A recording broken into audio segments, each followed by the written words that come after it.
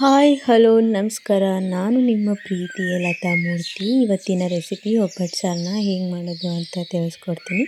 ಯಾರೆಲ್ಲ ಈ ಚಾನಲ್ನ ಸಬ್ಸ್ಕ್ರೈಬ್ ಮಾಡ್ಕೊಂಡಿಲ್ವೋ ಈ ಕೂಡಲೇ ಹೋಗಿ ಸಬ್ಸ್ಕ್ರೈಬ್ ಮಾಡ್ಕೊಳ್ಳಿ. ನಾನು 1 ಲೋಟ ಬೇಳೆನ ನಾನಿಲ್ಲಿ ತೊಳೆದು ವಾಶ್ ಮಾಡಿ ಇಟ್ಕೊಂಡಿದ್ದೀನಿ.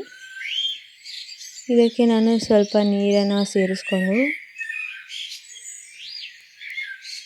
1/4 ಟೀ ಸ್ಪೂನಷ್ಟು ಅರಿಶಿನ ಪುಡಿನ ಸೇರಿಸ್ಕೊಳ್ತಿದ್ದೀನಿ. 1 ಸ್ಪೂನ್ ಎಣ್ಣೆನ ಸೇರಿಸ್ಕೊಂಡು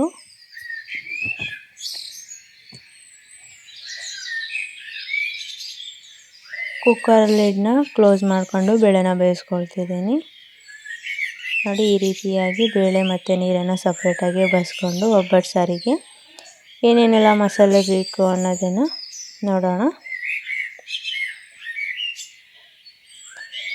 ನೋಡಿ, 2ರಿಂದ 3 ಈರುಳ್ಳಿ, ಸ್ವಲ್ಪ ಕೊತ್ತಂಬರಿ, ಟೊಮೊಟೊ, ಸಾಂಬಾರು ಪೌಡರ್, ಕಾಯಿ ತುರಿ, ಬೆಳ್ಳುಳ್ಳಿ, ಹುರಿದಿಟ್ಕೊಂಡಿರೋ ಜೀರಿಗೆ, ಹುರಿದಿಟ್ಕೊಂಡಿರೋ ಒಣಮೆಣಸಿನ್ಕಾಯಿ, ಸ್ವಲ್ಪ ಹುಣಸೆಹಣ್ಣು, ಒಗ್ಗರಣೆಗೆ ಸಾಸಿವೆ ಮತ್ತು ಜೀರಿಗೆ, ಕರಿಬೇವನ್ನ ತಗೊಂಡಿದ್ದೀನಿ. ಮೊದಲಿಗೆ ನಾನಿಲ್ಲಿ ಜೀರಿಗೆನ ಪುಡಿ ಮಾಡ್ಕೊಳ್ತೀನಿ ಈ ರೀತಿಯಾಗಿ. ಹಾಗೆ ಬೆಳ್ಳುಳ್ಳಿ ಕೂಡ ಜಜ್ಜಿ ತಗೊಳ್ತೀನಿ. ನೋಡಿ, ಈ ಥರ ತಗೊಂಡಿದ್ದೀನಿ.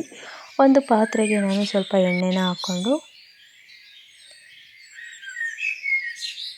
ಬಿಸಿಯಾದ ನಂತರ ಇದಕ್ಕೆ ನಾನು ಸಾಸಿವೆ ಜೀರಿಗೆನ ಸೇರಿಸ್ಕೊಳ್ತಿದ್ದೀನಿ. ನಾವು ಒಬ್ಬಟ್ಟು ಸಾಂಬಾರಿಗೆ ಯಾವಾಗಲೂ ಹಸಿ ಕರಿಬೇವನ್ನೇ ಸೇರಿಸ್ಕೋಬೇಕು. ಕರಿಬೇವನ್ನ ಸೇರಿಸ್ಕೊಂಡು ಕಟ್ ಮಾಡಿ ಇಟ್ಕೊಂಡಿರೋ ಈರುಳ್ಳಿನ ಸೇರಿಸ್ಕೊಳ್ತಿದ್ದೀನಿ. ಚೆನ್ನಾಗಿ ಬಾಡಿಸ್ಕೋಬೇಕು. ಕಟ್ ಮಾಡಿ ಇಟ್ಕೊಂಡಿರೋ ಟೊಮೊಟೊ ಕೂಡ ಸೇರಿಸ್ಕೊಳ್ತಿದ್ದೀನಿ. ಇವೆರಡು ಕೂಡ ಚೆನ್ನಾಗಿ ಸಾಫ್ಟ್ ಆಗೋವರೆಗೂ ನಾವು ಫ್ರೈ ಮಾಡ್ಕೋಬೇಕು.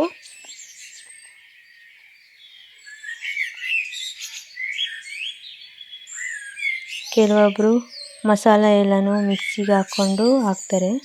ನಾನಿಲ್ಲಿ ಡೈರೆಕ್ಟಾಗಿ ತೋರಿಸ್ತಿದ್ದೀನಿ. ಹಾಗೆ ಸಪ್ರೇಟ್ ಮಾಡ್ಕೊಂಡಿರೋ ಬೇಳೆ ನೀರನ್ನು ಕೂಡ ಸೇರಿಸ್ಕೊಂಡು ಚೆನ್ನಾಗಿ ಮಿಕ್ಸ್ ಮಾಡ್ಕೊಳ್ತಿದ್ದೀನಿ. ಇದಕ್ಕೆ ಸ್ವಲ್ಪ ಜೀರಿಗೆ ಪುಡಿನ ಸೇರಿಸ್ಕೊಳ್ತಿದ್ದೀನಿ.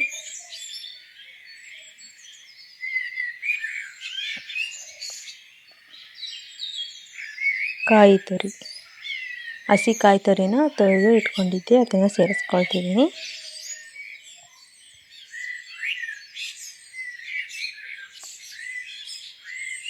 ಜಜ್ಜಿ ಇಟ್ಕೊಂಡಿರೋಂಥ ಬೆಳ್ಳುಳ್ಳಿನ ಕೂಡ ಸೇರಿಸ್ಕೊಳ್ತಿದ್ದೀನಿ. ನೀವು ಯಾವ ರೀತಿ ಮನೇಲಿ ಒಬ್ಬಟ್ಟು ಸಾರನ್ನ ಮಾಡ್ತೀರಾ ಅಂತ ಹೇಳಿ ಕಮೆಂಟಲ್ಲಿ ತಿಳಿಸಿ.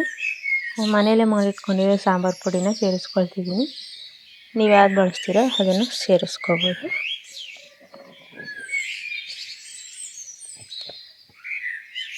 ಒಣಮೆಣಸಿನ್ಕಾಯಿನ ಹುರಿದು ಅರ್ಧಕ್ಕೆ ಕಟ್ ಮಾಡಿ ತಗೊಂಡಿದ್ದೀನಿ.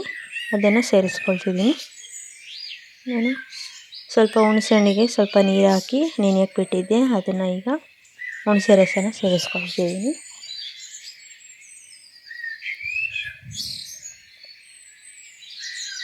ಸೇರಿಸ್ಕೊಂಡ ನಂತರ ರುಚಿಗೆ ತಕ್ಕಷ್ಟು ಉಪ್ಪನ್ನು ಸೇರಿಸ್ಕೊಂಡು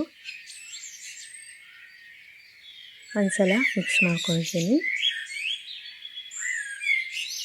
ಇದಕ್ಕೆ ಅರ್ಧ ಸ್ಪೂನಷ್ಟು ಅರಿಶಿನ ಸೇರಿಸ್ಕೊಂಡು 1 ಸ್ಪೂನಷ್ಟು ಖಾರದ ಪುಡಿನ ಸೇರಿಸ್ಕೊಳ್ತಿದ್ದೀನಿ. ಬೇಕಂದರೆ ಹಾಕ್ಕೊಳ್ಳಿ, ಇಲ್ಲಾಂದರೆ ಬೇಡ.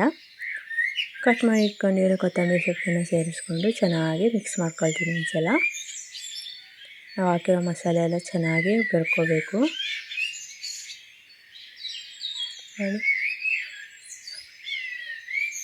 ಇದನ್ನು ಒಂದು ಕುದಿ ಕುದಿಸ್ಕೊತಿದ್ದೀನಿ. ನೋಡಿ, ಈ ರೀತಿಯಾಗಿ ಕುದ ನಂತರ ನಾನು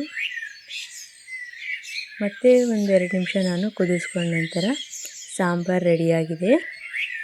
ಯಾರೆಲ್ಲ ಈ ವಿಡಿಯೋ ನೋಡ್ತಿದ್ದೀರೋ, ಯಾರಿಗೆಲ್ಲ ಈ ವಿಡಿಯೋ ಇಷ್ಟ ಆಯಿತು ಲೈಕ್ ಮಾಡಿ, ಶೇರ್ ಮಾಡಿ, ಕಮೆಂಟ್ ಮಾಡಿ. Thank you for watching. Bye. ಮತ್ತೊಂದು ವಿಡಿಯೋದಲ್ಲಿ ಸಿಗ್ತೀನಿ.